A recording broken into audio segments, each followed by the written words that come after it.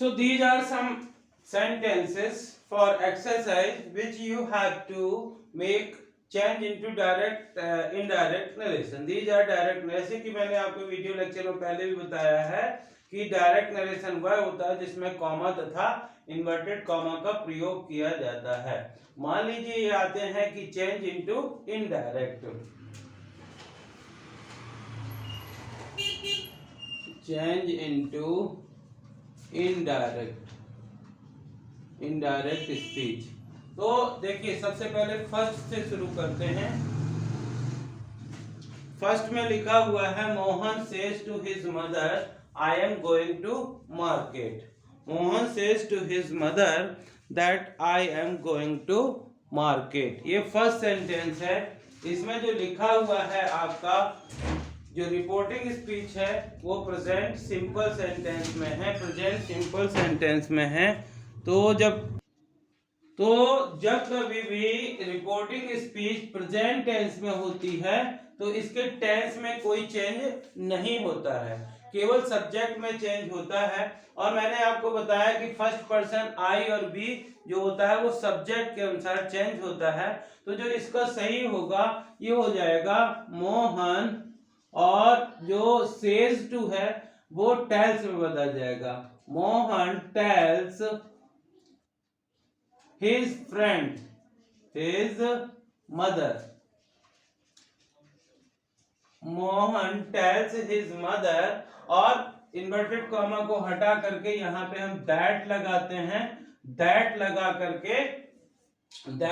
करके और जो सब्जेक्ट होगा वो आई मोहन के अनुसार बदलेगा, तो हो जाएगा ही इज गोइंग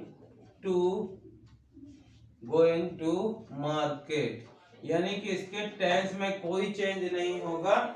यही होगा इसका indirect narration. Mohan tells his mother that he is going to market, he is going to market. इस प्रकार से हम इसका ये चेंज करेंगे। Mohan tells his mother that he is going to market. Yes.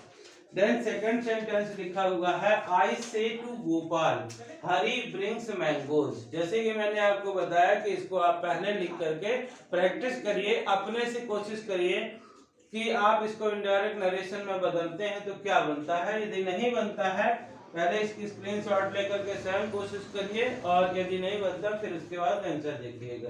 तो इसमें हो जाएगा आई, और जो ये से टू लिखा है वो किसमें बदल जाएगा, टेल में। I tell Gopal that. अब हरी जो है वो थर्ड पर्सन है, और थर्ड पर्सन में नो चेंज होता है, ठीक है। तो I tell Gopal that Hari brings mangoes, क्योंकि इसके टेंस में कोई परिवर्तन नहीं होता, सब्जेक्ट में कोई चेंज नहीं होता है, तो ये ब्रिंग्स का ब्रिंग्स ही रहेगा, क्योंकि जो रिपोर्टिंग स्पीच है वो प्रेजेंट सिंपल सेंटेंस में है। प्रेजेंट सिंपल में और फ्यूचर सिंपल में होती है, तो उसके टेंस में कोई परिवर्तन नहीं होता। नेक्स्ट सेंटेंस है, अब जब रिपोर्टिंग स्पीच पास्ट टेंस में हो और रिपोर्टेड स्पीच प्रेजेंट टेंस में हो तो इनका इनडायरेक्ट नरेशन बनाते समय प्रेजेंट को भी पास्ट में चेंज कर देते हैं। तो हो जाएगा फादर टोल्ड मी दैट। आई किसके अनुसार बदलेगा, जो फादर के अनुसार, तो यहाँ पे ही, और he was busy then। जो अभी मैंने आपको पढ़ाया था चेंज इन वर्ड्स में किस प्रकार से चेंज होता है। जो नाउ होगा वो किस में चेंज हो जाएगा, देन में, और जो आई होगा वो फर्स्ट पर्सन के अनुसार चेंज होता है, तो ही हो गया, प्रेजेंट के कारण ही वाज बिजी देन, इस प्रकार से। नेक्स्ट जो सेंटेंस है, Pratap said to his friend. Said to को टोल्ड में बदल देते हैं, ये तो सबसे पहले देखते हैं। Pratap told his friend that. अब ये जो सेंटेंस है, I have fought a long battle, ये प्रेजेंट परफेक्ट का है, तो यदि रिपोर्टिंग स्पीच पास्ट टेंस में है तो प्रेजेंट परफेक्ट पास्ट परफेक्ट में बदल जाएगा, तो हो जाएगा दैट आई, प्रताप के अनुसार बदलेगा he had fought a long battle. Pratap told his friend that he had fought a long battle. इस प्रकार से प्रेजेंट परफेक्ट जो है वो पास्ट परफेक्ट में बदल जाएगा। अब उसके बाद नेक्स्ट सेंटेंस है my father said to me are you going to the market. Next sentence जो लिखा हुआ है my father said to me are you going to Bhopal, ये जो है वो इंट्रोगेटिव सेंटेंस है।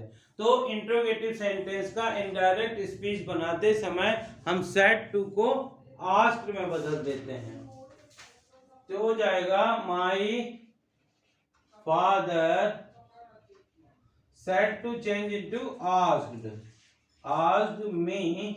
और जब इंट्रोगेटिव सेंटेंस हेल्पिंग वर्ब से शुरू होता है तो इफ या वेदर का यूज करते हैं, तो यहाँ पे इफ लिख देंगे और यू जो होगा वो आई के कारण बदलेगा yes. Father said to me are you going to Bhopal today, तो father asked me if I के साथ क्या लगेगा प्रेजेंट कॉन्टिन्यूअस आई वाज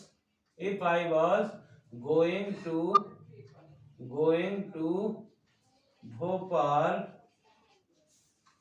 और जो टुडे होता है, जब मैंने आपको चेंज बताया था कि टुडे चेंज इन वर्ड्स बताया था, तो चेंज इन वर्ड्स जो टुडे था वो किसमें चेंज हो जाता था दैट डे में, ठीक है। किसमें चेंज होता है तो दैट डे हो जाएगा। My father asked if I was going to Bhopal that day, इस प्रकार से ये चेंज हुआ। नेक्स्ट सेंटेंस लिखा हुआ है Gopal said to passenger did the train leave on time. The same question interrogative, तो Gopal asked passenger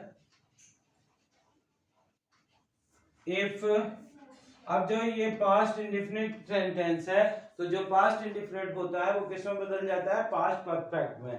if the train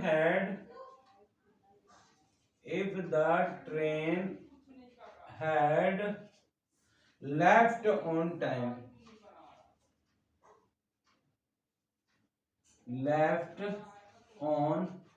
time, देखिए ये जो है थर्ड रूल का था जिसमें मैंने बताया था कि यदि रिपोर्टिंग स्पीच पास्ट इंडेफिनिट में है और ये भी पास्ट इंडेफिनिट में है रिपोर्टेड स्पीच, तो पास्ट इंडेफिनिट पास्ट परफेक्ट बदल जाता है।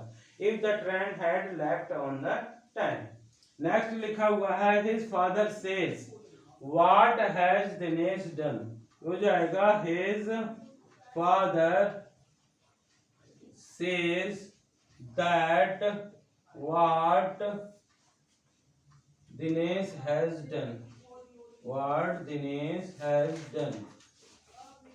Dinesh has done.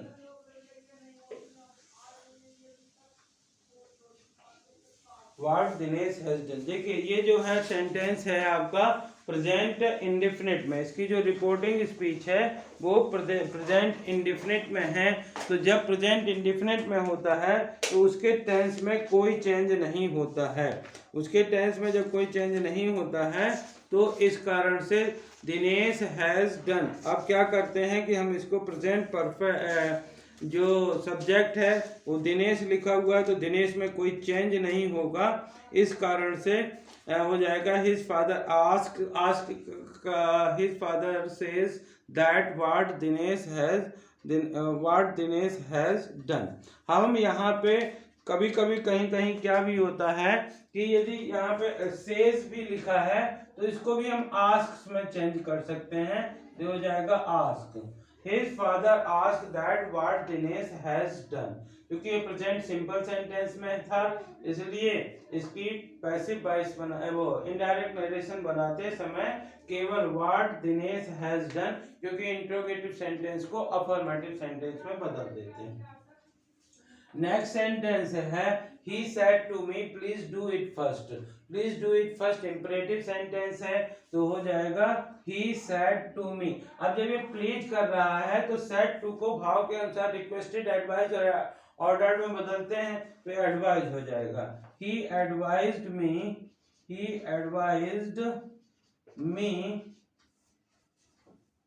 टू लगाकर टू डू इट फर्स्ट। जब यहाँ पे रिक्वेस्टेड लगा हुआ है, रिक्वेस्टेड लिख देते हैं he said to me, नहीं he requested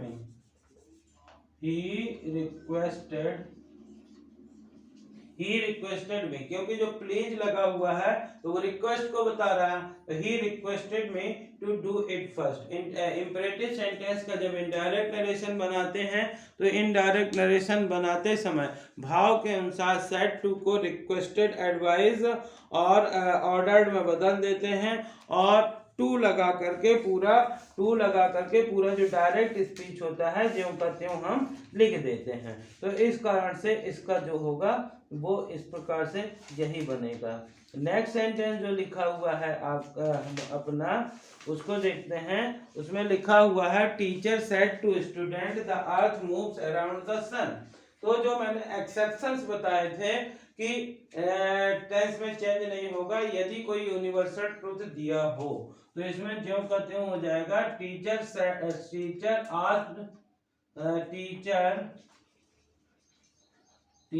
सेड टू को टोल्ड में, टीचर टोल्ड स्टूडेंट और दैट लगा करके पूरा लगा देंगे क्योंकि यूनिवर्सल ट्रूथ है। That the earth moves around the sun.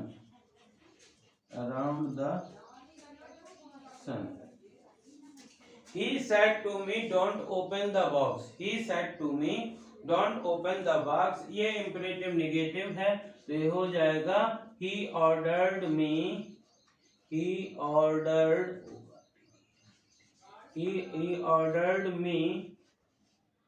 not to open the box। Not to यहाँ पे ही ऑर्डर्ड मी, सेड टू को ऑर्डर्ड मी में बदल जाएगा और यहाँ पे इफ के स्थान पे नॉट टू का और ओपन द इफ और डोंट हटा देते हैं और नॉट टू का प्रयोग करके ज्यों का त्यों लिख देते हैं। तो this is the exercise depend of direct changing from direct to indirect speech. So dear friends, इस प्रकार से यदि ये एक्सरसाइज आपको पसंद आ रही हो और यदि आप डायरेक्ट से इनडायरेक्ट नरेशन बनाना सीख रहे हो तो इस वीडियो लेक्चर को लाइक करिए, ज़्यादा से ज़्यादा शेयर करिए ताकि इस प्रकार के वीडियोस के थ्रू सभी स्टूडेंट्स इनका प्रैक्टिस कर सकें। और यदि आप चैनल के लिए नए हैं तो प्लीज़ इसे सब्सक्राइब करिए और बेल आइकन को प्रेस करिए ताकि इस प्रकार के वीडियो जब भी अपलोड हों तो आप तक इनका नोटिफिकेशन पहुंच सके। Thank you. Have a great day. You can take its screenshot. Just yes, and practice later on. Thank you. Have a great day.